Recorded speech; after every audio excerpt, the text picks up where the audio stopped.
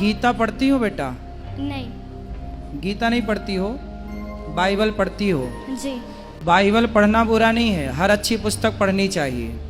हम किसी के धर्म को गलत नहीं कहते। गुरुजी, इनका विवेक तो इतना खत्म हो गया कि अपना घर छोड़ के उसके यहाँ चली गई जहाँ चर्च है। वहाँ की 2 महिलाएं हैं, वही इनको बुलाती हैं और ये चली गई। और हम लोग इतने परेशान हो गए कि पूछिए मत। गए ये लोग लेके आए, इनके पापा और मेरे मतलब पति गए। कथा सुनवाया करिए, सत्संग कराया करिए, ठीक। ये तो प्रसाद भी नहीं खाते गुरुजी हम भगवान जी का। बात कराओ। इतनी पागल है कि क्या बताऊं। प्रसाद क्यों नहीं खाते बेटा? उसमें लिखा है कि प्रसाद नहीं खाना चाहिए। क्यों? क्योंकि उनको छोड़ के किसी और को परमेश्वर करके नहीं मानना है। किसको परमेश्वर मानते हैं आप? यीशु मसीह। प्रसाद भी नहीं खाते गुरुजी हम भगवान जी का। बात कराओ। इतनी पागल है कि क्या बताऊं। प्रसाद क्यों नहीं खाते बेटा? उसमें लिखा है कि प्रसाद नहीं खाना चाहिए। क्यों? क्योंकि उनको छोड़ के किसी और को परमेश्वर करके नहीं मानना है। किसको परमेश्वर मानते हैं आप? यीशु मसीह। आप यीशु मसीह को परमेश्वर मानते हैं। जी। और कृष्ण को क्या? तो आप कहीं क्रिश्चियन चर्च में भी जाती हो क्या? जी, एक बार गई थी। तो क्या देखा वहाँ, क्या पाया वहाँ? वहाँ पे ऐसे ही सब वचन पढ़ते हैं और प्रेयर करते हैं। माइक पास में लो ना। वहाँ पे सब ऐसे ही वचन पढ़ते और प्रेयर करते हैं। क्या प्रेयर करते हैं? मुझे पूरी नहीं आती, थोड़ी बहुत आती है। जितनी आती है उतना बताओ। अब वो उनके सामने जाके और वो बाइबल का एक वचन रखते हैं और उसको बोलते हैं। कौन सा वचन बोल के बताओ। क्या ही धन्य है वह पुरुष जो दुष्ट की युक्ति पर नहीं चलता, ना पापियों के मार्ग में खड़ा होता है, ना ठट्ठा करने वाली की मंडली में बैठता है, परंतु वह तो यहोवा की व्यवस्था से प्रसन्न रहता है और उसकी व्यवस्था पर रात दिन ध्यान करता है। वह उस वृक्ष के समान है जो बहती नालियों के किनारे लगाए गए और अपने ऋतु में फैलते हैं, जिसके पत्ते कभी मुरझाते नहीं। इसलिए जो कुछ वह पुरुष करे वह सफल होता है। दुष्ट लोग ऐसे नहीं होते, उस भूसी के समान होते हैं जो पवन से उड़ाई जाती है। इस कारण दुष्ट लोग में अदालत में स्थिर न रह सकेंगे, न पापी धर्मी की मंडली में ठहरेंगे, क्योंकि वह धर्मियों का मार्ग जानता है, परंतु दुष्टों का मार्ग नाश हो जाएगा। यीशु मसीह को परमेश्वर मानते हैं। जी। और कृष्ण को क्या मानते हैं? जी, मानती थी। मानती थी? जी। अब नहीं मानते? क्यों नहीं मानते? जब से बाइबल पढ़ने लगी तब से छोड़ दिया। जब से बाइबल पढ़ने लगी तो कृष्ण को छोड़। वेद के 10वें मंडल में जब आप पढ़ेंगे पुरुषाह सुक्ता के अंदर, तो आपको पढ़ने के लिए मिलेगा।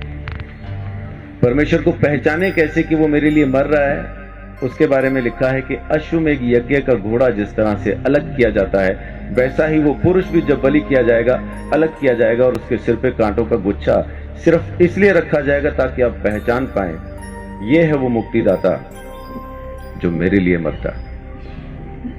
ये बात मैं परमेश्वर की कर रहा हूं, ईसाइयों की कर नहीं रहा। ईसाई की सुन के अगर समझ के सुनेंगे, आपकी समझ के बिल्कुल बाहर बातचीत है। एक ईसाई बोलता है, हिंदू सुनता है, कुछ समझ में नहीं आता। लेकिन जब एक पापी बोलता है मैंने उद्धार पाया, आप भी पा सकते हैं और परमेश्वर की जरूरत आपको भी है, तो समझ में आने लगता। तो इसलिए हिंदू मुस्लिम सिख ईसाई की चादर तो पहले उतार के फेंक दे। परमेश्वर चाहिए तो हिंदू को मिलेगा नहीं, किधर भी लिखवा लो। सिख को मिलेगा नहीं, मुसलमान को मिलेगा नहीं, ईसाई को मिलेगा नहीं, मिलेगा इंसान को। उस इंसान को जो पापी है, स्वीकार करता है कि मैं हूं पापी और मुझे एक मुक्तिदाता की जरूरत है, उसी को तो मिलेगा। पहलवान को डॉक्टर की क्या जरूरत है? जरूरत तो मरीज को है। तो धर्मी को परमेश्वर नहीं चाहिए, परमेश्वर तो पापियों को चाहिए, और पापियों को बचाने ही वो जमीन पे आया है, यही उसकी मोहब्बत है। तो मैं अपनी बात को यहां खत्म करता हूं कि परमेश्वर प्रेम है। बाइबल के अंदर लिखा है, पहला यूहन्ना की पत्री में 4 अध्याय में लिखा है कि परमेश्वर प्रेम है। उसके प्रेम को समझेंगे तो आप अपने पापों से मुक्ति पा सकेंगे। दोबारा जन्म होना नहीं है आपका। माफ कीजिए, एक चीज ये छोटी सी क्लियर करके मैं अपनी बात को खत्म करूंगा, क्योंकि अपन को शैतान ने एक वहम में डाला हुआ है कि इस जन्म में नहीं तो अगले में मुक्ति हो जाएगी, इसलिए अपन आराम से बैठे। कहने वाले ने कहा था काल करे सो आज कर, आज करे सो अब, पल में प्रलय होगी, बहुरी करेगा कब। लेकिन शैतान ने बोला आज करे सो काल कर, काल करे सो परसों। इतनी जल्दी क्या पड़ी है जब जीना है बरसों। बच्चे, आपका नाम क्या है? ध्रुव। आपके बच्चे कहां हैं? अजीब सवाल है। उम्र क्या है आपकी?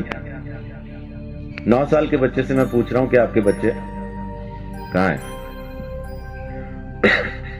आम के पेड़ पे जो मई जून में आम लगने हैं, इस वक्त कहां है? बहुत बहुत शुक्रिया। गुरुजी कहते हैं आम में, उसी पेड़ में वो आम है जो मई जून में दिखाई देंगे। तो ध्रुव के बच्चे कहां हैं? ध्रुव में। जब उसका मौसम आएगा बच्चे नजर आएंगे। तो जब ध्रुव नहीं था तब उसके बच्चे कहां थे? पापा में। और जब पापा नहीं थे तब ध्रुव के बच्चे कहां थे? दादा में। जब दादा नहीं थे तो कहां थे? तो उनके पिता में, उनके पिता में, उनके पिता में। ऐसा अपन किताब को फोल्ड करते जाएं तो उस आदम में पहुंच जाते हैं जिसको परमेश्वर ने बनाया और उसमें बीज डाल के कहा अब तुम पैदा करो। हर जानवर को, हर प्राणी को, हर चीज को परमेश्वर ने बीज के साथ बनाया और आज्ञा दी अब तुम पैदा करो। तो जब परमेश्वर ने आदम को बनाया हम आदम में थे। जब परमेश्वर ने आदम को यह आज्ञा दी ये फल न खाना तब हम आदम में थे। जब आदम ने आज्ञा तोड़ी तब हम आदम में थे। जब आदम परमेश्वर से अलग हुआ तब हम आदम में थे। इसी तरह से हम परमेश्वर से अलग हो गए। हमने किया कुछ नहीं, खाया पिया कुछ नहीं, गिलास तोड़ा 12 आना किया आदम ने, अलग हम हो गए। वेदों में लिखा है कि बच्चा पैदा होते ही पाप के हाथ में सौंप दिया जाता। पैदा होते ही पापी हो जाता, कारण उसका बीज पापी है। एड्स जिस माँ बाप को है बच्चा पैदा करेंगे एड्स की बीमारी के साथ पैदा होना। इस वजह से हम पैदा ही पापी होते हैं। इसलिए हमें मुक्ति की जरूरत है। और अगर मुक्ति हम खुद ले सकते होते तो मुक्ति दाता शब्द कभी आता नहीं। देने वाला हमको जरूर चाहिए। वो एक ही है। परमेश्वर ने हमारे लिए मुक्ति का रास्ता खोला, स्वयं हमारे लिए बलिदान दिया ताकि हम हमारे गुनाह से आजाद हो जाएं। ये उसकी मोहब्बत नहीं तो और क्या। तो उसकी मोहब्बत से आप अभी इसी वक्त मुक्ति पा सकते हैं। आपको जन्मों का इंतजार करना नहीं, क्योंकि यही एक जन्म है, दोबारा होगा नहीं। आज के बाद दोबारा हम कभी पैदा नहीं होंगे। ये पहला और आखिरी जन्म है। मुक्ति मिलेगी तो अब, नहीं मिलेगी तो कभी नहीं। तो परमेश्वर प्रेम है, उसके प्रेम को समझें, उसके दिए हुए उद्धार को समझें। यीशु मसीह ने मेरे लिए मेरे सारे दंड को सह लिया और मेरे गुनाहों से मुझे आजाद किया। ये काम उसने आपके लिए भी किया है, बस आपको स्वीकार करना है। परमेश्वर आप सबको बहुत आशीष दे। बड़ी बात।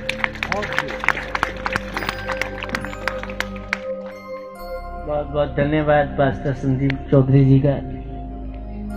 मेरे सवाल का इन्होंने बड़े सरल रूप में उत्तर दे दिया।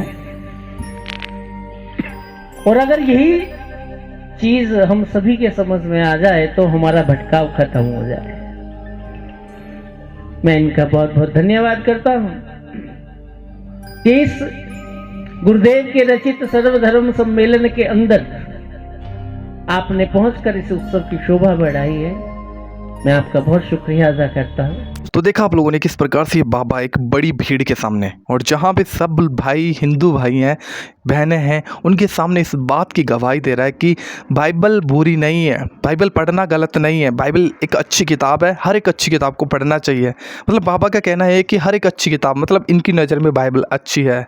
जो लोग बाइबल का विरोध कर रहे थे, जिन्हें लगता है कि बाइबल एक गलत है, बाइबल के अंदर गलत चीज़ें सिखाई जाती हैं, तो इससे भी पता है, क्योंकि जो पिछली वीडियो मैंने आप लोगों के साथ शेयर की थी, इस बहन ने किस प्रकार से भजन संहिता 1 को इस बाबा को बोलकर पूरा का पूरा सुनाया, जबकि ये बहन सिर्फ एक बार चर्च के अंदर गई है, सिर्फ एक बार चर्च के अंदर गई है। सोच के देख लो, आज हमें इस बहन से कितना सीखने की ज़रूरत है कि हम सालों से प्रभु यीशु मसीह में हैं और चर्च में भी जाते हैं, बट हमारे अंदर बाइबल का बिल्कुल भी नॉलेज नहीं है। तो हमें सोचना चाहिए, देखना चाहिए कि ये बहन किस प्रकार से एक बड़ी सभा के सामने, एक प्रकार से बहुत बड़ी सभा है और जहाँ पे हर एक व्यक्ति अपने धर्म की प्रशंसा करने वाला है, उन लोगों के बीच में खड़ी होकर ये प्रभु यीशु मसीह की गवाही दे रही है, प्रभु यीशु मसीह के बारे में बोल रही है कि वही मेरा प्रभु है, मेरा कोई प्रभु नहीं है। पहले मैं और ईश्वरों को मानती थी, लेकिन जब से मैंने बाइबल को पढ़ा है, मैंने अब प्रभु यीशु मसीह को जान लिया, मैं यीशु मसीह ही की बेटी हूँ। और इस वीडियो के अंदर आप लोगों ने ये भी देखा होगा कि किस प्रकार से ये जो इसकी मौसी थी, उसने कहा कि ये प्रसाद भी नहीं खाती है।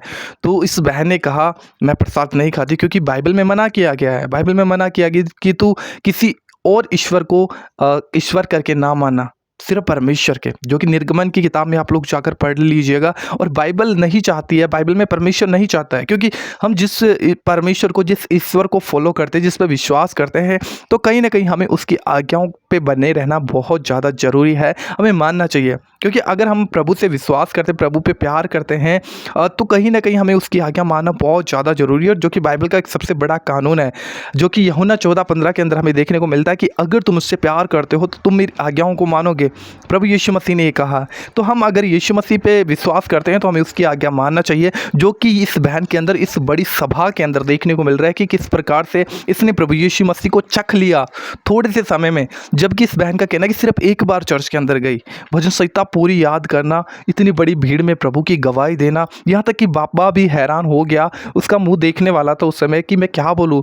क्योंकि जब इस बहन ने भजन संहिता 1 को बोला था, जब पढ़ा था, तो ये बाबा कुछ ऐसे ऐसे सवाल करने लगा जो खुद कंफ्यूज होने वाली बात है। क्योंकि सच में बाइबल जो शिक्षा देती है, अगर उस शिक्षा को कोई फॉलो करे, कोई विश्वास करे, उस शिक्षा पे चले, तो सच में वो मनुष्य एक धार्मिक जीवन जी पाता है, प्रभु को खुश करने वाला जीवन जी सकता है।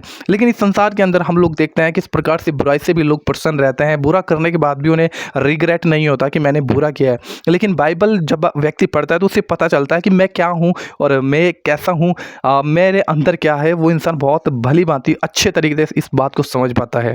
एंड इस बहन को देखकर हमें बहुत कुछ सीखना चाहिए कि किस प्रकार से इस बहन ने इतनी बड़ी भीड़ के सामने प्रभु यीशु मसीह को स्वीकार किया है, जो कि मैंने पिछली वीडियो में आप लोगों को डिटेल में बताया, बाइबल के वचन से बताया। आप लोग जरूर जाकर उस वीडियो को देखिएगा, जो मैंने डिस्क्रिप्शन में लिंक दिया है, आई बटन पे भी आपको मिल जाएगा। प्लीज़ ज़रूर जाकर उस वीडियो को देखिएगा और इस वीडियो को ज़्यादा से ज़्यादा शेयर कीजिए, खासकर उन लोगों के साथ जो आज भी यीशु मसीह से दूर है, जिन्हें लगता है कि यीशु मसीह धर्म बदलने के लिए आया। ये बहन सिर्फ एक बार चर्च के अंदर गई है, एक बार चर्च के अंदर गई है। और ये वीडियो अगर आप पूरा देखना चाहते हो तो मैं कोशिश करूंगा कि इसके पार्ट बाय पार्ट मैं आप लोगों के साथ शेयर कर सकूं, बिकॉज जो कॉपीराइट का एक बहुत बड़ा इश्यू है यूट्यूब के ऊपर, जिसके चलते आपको पूरी वीडियोज हम लोग नहीं दिखा सकते। अदरवाइज मैं कोशिश करूँगा कि जो भी इस वीडियो में बहुत ज़्यादा इंपॉर्टेंट है वो मैं आप लोगों के साथ शेयर कर सकूँ। एंड आप लोग ज़रूर सपोर्ट कीजिए, इस वीडियो को ज़्यादा से ज़्यादा शेयर कीजिएगा एंड अपनी राय ज़रूर कमेंट बॉक्स में लिखिएगा। एंड इतनी गर्मी में मैं आप लोगों के लिए वीडियो बना रहा हूँ, जो कि आप लोग देख रहे हो कितना पसीना आ गया है। सो आप लोग ज़रूर सपोर्ट करिए एंड इस बहन के लिए एक लाइक ज़रूर कीजिएगा, जो कि किस प्रकार से आज हज़ारों नहीं लाखों लोग भी इस बहन को सुन रहे हैं, देख रहे हैं, वो जान रहे कौन है यीशु मसीह। और ये प्रचार करने वाली बात है, लोग देखते हैं यीशु मसीह बाइबल कौन है, लोग इंटरेस्ट लेते हैं और पढ़ना शुरू करते हैं और यीशु मसीह को जानते हैं। तो एक बहुत बड़ा सुसमाचार प्रचार हुआ है इस बहन के द्वारा। सो प्लीज़ आप लोग इस वीडियो को शेयर कीजिए। मिलते हैं किसी और वीडियो में। प्रभु आप सभी को बहुत आशीष दे। जय मसीह की। God bless you.